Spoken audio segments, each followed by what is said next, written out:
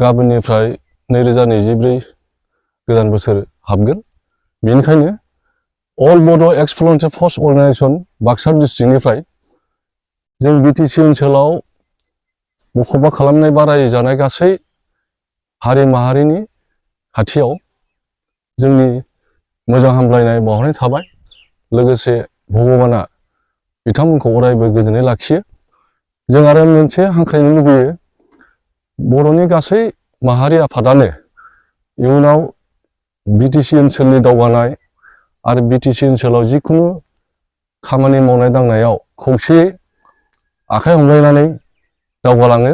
बेखौनो जोङो गासै बर' माहारिनि आफादफोरखौ हांख्रायो।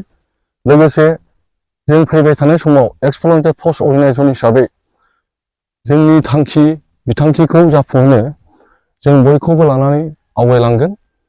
जोंहा थांनाय समफोराव माखासे बर'नि आफादफोरा जोंनि गेजेराव माखासे बिग्रायबोनाय हाबाफारिनि गेजेरजों बिटिसि, बिएससि, बिटिआर एकर्ड जाबोदोंमोन। नाथाय बिनि गेजेरजों जोङो थोजासे नङा होननानै जोङो आक' एक्स भलुन्टियार फर्स अर्गानाइजेसन हिसाबै डेम'क्रेसि भाबै जोङो आलादा बड'लेण्ड सोरजिनायनि थांखि लाबावदों।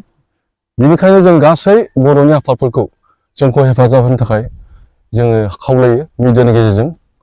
आरो बड'फोरनि सिमाङा दिनैसिमबो जाफुङाखै, बे मोनथाम एकर्डनि गेजेरजोंबाबो। आरो बर'फ्रा आलादा हादोर मोनागौमानि जिरायना थानाय नङा। बेनिखायनो जोङो गासै बर' माहारिनि आफादफोरखौ गले गले खावलायो जे जोंनि इयुनाव हाबाफारिफ्राव बाहागो लानानै जोंखौ हेफाजाब होयो। आरो एक्स भलुन्टियार फर्स अर्गानाइजेसनाबो गासै बर' माहारिनि आफादफोरखौ आखाइ हमलायनानै लोगोसे खामानि मावलांगोन।